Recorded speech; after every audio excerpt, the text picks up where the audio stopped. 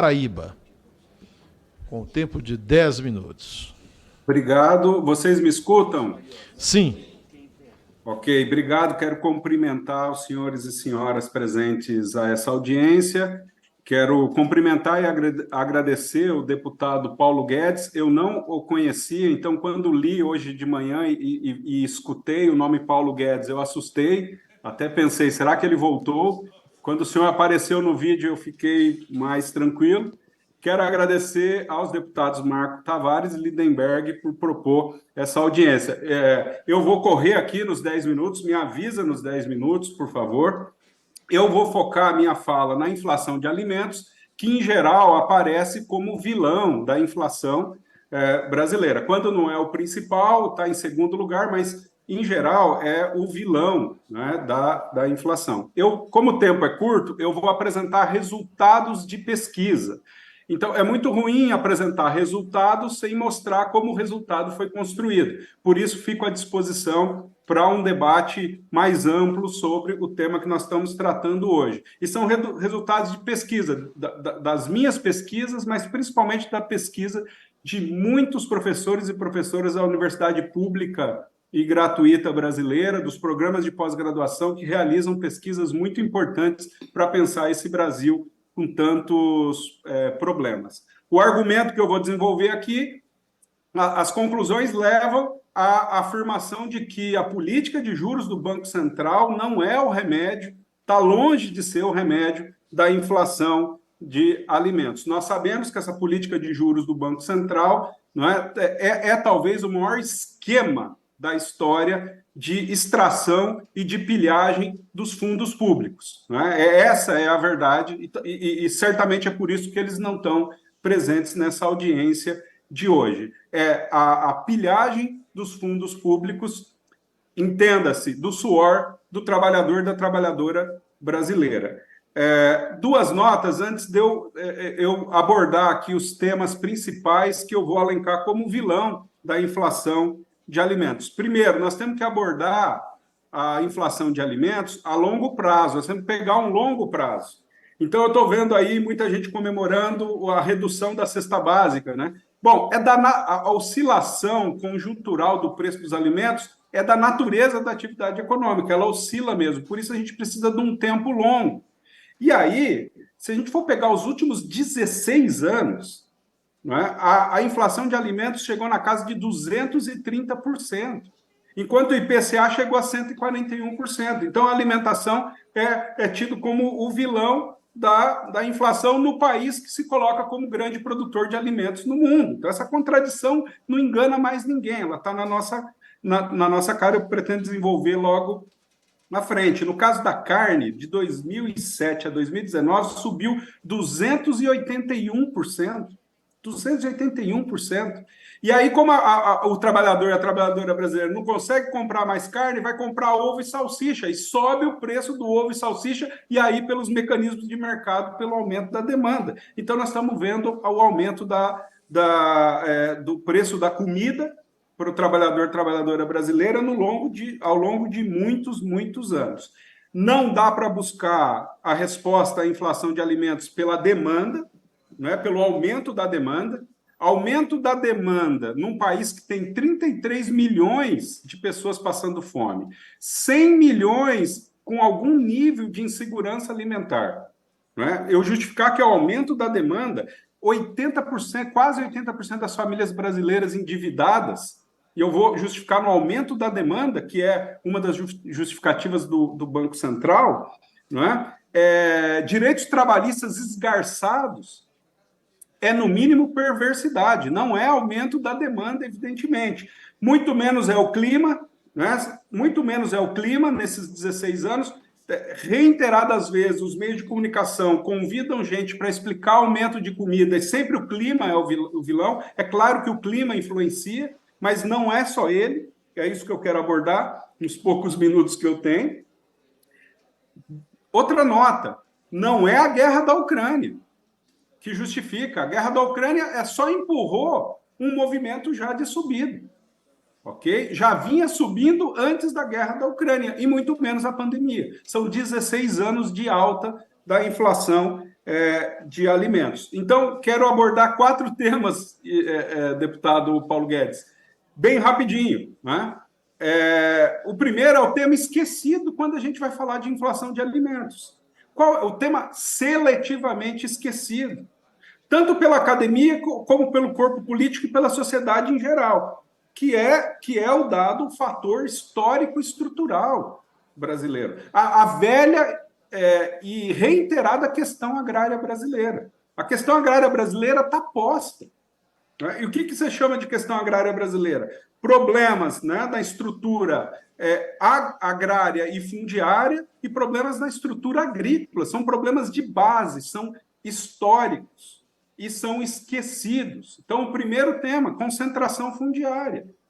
Né? Concentração fundiária, o Brasil, com essa característica territorial brasileira, o Brasil tem 2 particularidades no capitalismo contemporâneo. Uma, ele associa o seu desenvolvimento à ocupação territorial, esse é um dado importante. E segundo, ele sustentou e teve a manutenção do seu sistema, assegurando a concentração fundiária, o que não aconteceu em outros países do chamado mundo desenvolvido, dos países do capitalismo avançado. Portanto, nós temos uma concentração fundiária absurda.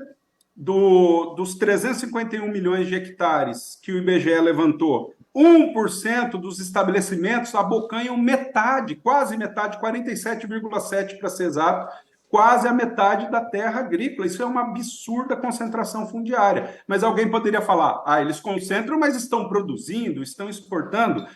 Não é isso que acontece. O último dado que o INCRA trouxe a público, nem foi o INCRA, foram os pesquisadores que participaram do 2º Plano Nacional de Reforma Agrária, que conseguiram dentro do INCRA. Eu passei essa semana tentando conseguir esse dado, e esse dado é escondido, que é o dado de terras improdutivas. E o INCRA tem esse dado. O último dado que nós temos é de 2003, de 20 anos atrás. 216 milhões de hectares foram declarados pelos próprios proprietários como improdutivos. 216 milhões, é mais do que o professor Ladislau disse aí na fonte do dado que ele teve. Há uma absurda concentração fundiária e há uma grande quantidade de latifúndios improdutivos. Esse é um dado de base, é um dado estrutural que ninguém comenta hoje, e isso é muito importante. Eu escrevi um livro sobre o censo agropecuário do IBGE, e o censo agropecuário ele não busca saber se tem terra improdutiva, mas dá para aproximar. E, professor Ladislau, eu fiz a aproximação, que não é exata, mas de 250 a 300 milhões de hectares improdutivos. Portanto, o dado estrutural é esse. Reforma agrária eu ia falar da reforma agrária, mas já vou pular para chegar na ordem tributária, né? Na política tributária, que também é outro dado. Mas, por exemplo, falta incentivo à produção de alimentos, e falta incentivo à reforma agrária, falta realizar uma reforma agrária massiva que produza alimentos para a população brasileira. Veja bem, no livro que eu escrevi, eu escolhi 60 alimentos, os alimentos mais cotidianos na mesa dos brasileiros, 60 alimentos. Dos 60 alimentos, 51 desses alimentos que chegam na nossa mesa todo dia são produzidos pelos pequenos estabelecimentos. 51. 3 são produzidos pelos médios estabelecimentos, até 1.000 hectares, e 6 são produzidos pelos grandes estabelecimentos, que são as 6 grandes commodities. Ou seja, que não é para nós, é para exportar, não é para comida direta do brasileiro.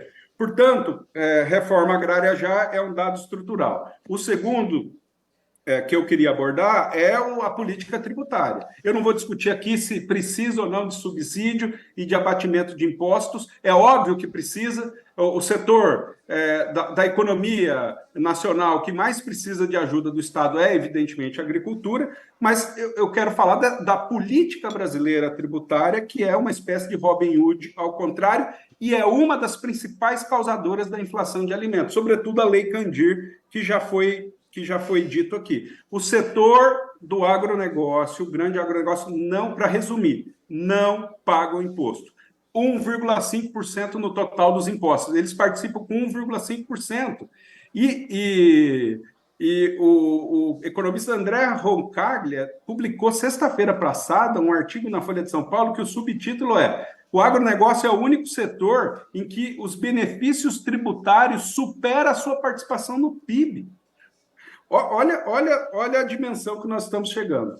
Bom, o que acontece com a Lei Candir, para resumir? Não vai dar tempo de falar. Ela faz com que grande parte dos produtos são exportados, né? É mais fácil exportar, você não paga imposto para exportar, você não paga ICMS para exportar, e, portanto, o filão do mercado do produtor agrícola é exportar para a China e para outros países. O que acontece aqui internamente? Né? O que vem acontecendo? Produtores deixam de produzir arroz, é isso que a Lei Candir incide diretamente. Deixa de produzir arroz e feijão para produzir soja para o mercado internacional. E é óbvio que o preço sobe. Não, bom, reduziu, não vou dar tempo de falar, reduziu a área de arroz, reduziu a área de feijão, reduziu a área de mandioca, de abóbora, e assim vai, a nossa comida, né? Baseado nesta grande estrutura, nessa estrutura histórica. Terceiro ponto, né? Vou saltar aqui. Terceiro ponto, o setor de distribuição e comercialização de alimentos, ele também é concentrado, há uma concentração absoluta, né, muito forte do setor, tanto da distribuição como concentração, comercialização de alimentos, e nós vivemos, sobretudo no governo anterior, a implosão, não é, da Conab e da política de abastecimento. Ela diretamente está envolvida na inflação de alimentos. Fecharam os armazéns. Não é? Estoque regulador, hoje no Brasil, tem que ser chamado de estoque humanitário. Não é? Os tais dos estoques reguladores tem que ser estoque humanitário. Não temos estoque. Nós vivemos durante a pandemia o medo de não ter arroz, porque não tinha estoque. Pelo outro lado, as trades têm estocado e não nos informam, e especulam no mercado. Não é? E especulam no mercado com esses estoques de grãos e de outros alimentos. Portanto, o setor de distribuição e comercialização. Último ponto que eu quero abordar, não sei se eu estou no tempo ainda, né? Já passou, mas você tem mais 30 segundos. 30 segundos. Em resumo, o problema é interno, ok? É claro que a economia mundializada, os fatores externos influenciam. Então, só vou terminar com uma afirmação que é o que nós estamos começando a estudar nos últimos 10 anos, é o tema da financiarização da agricultura ou da comoditização da alimentação. Em resumo, o capital financeiro se expandiu para todas as esferas da vida. Né? Antes, ele não determinava, por exemplo, a educação. Hoje, ele está dentro da educação. Ele não determinava o setor da alimentação, e hoje o capital financeiro determina.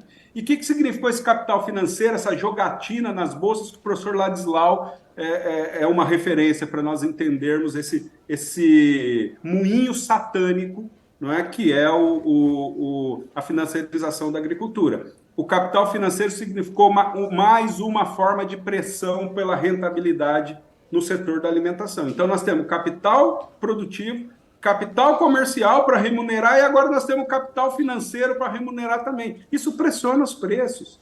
E aí o camarada que está lá na Alemanha, né, ele pode ficar investindo em commodities e querendo lucro da commodity produzida no Brasil.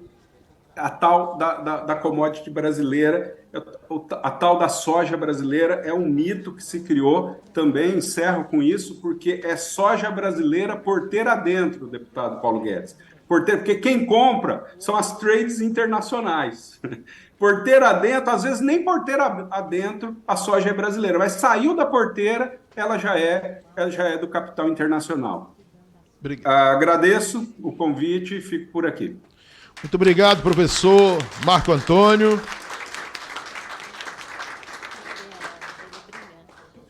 Pela brilhante palestra, e passo a palavra ao deputado Lindbergh Farias. Itidieri está na minha Paraíba. A Auditoria Cidadã da Dívida é uma associação sem fins lucrativos e precisamos do seu apoio para produzir e divulgar o nosso material. Então, deixe seu like, compartilhe, comente, se inscreva no nosso canal, é grátis. E se você quiser e puder, doe através do Pix 12 537 204 000145. Agradecemos a todos pelo apoio e vamos juntos pela auditoria da dívida já!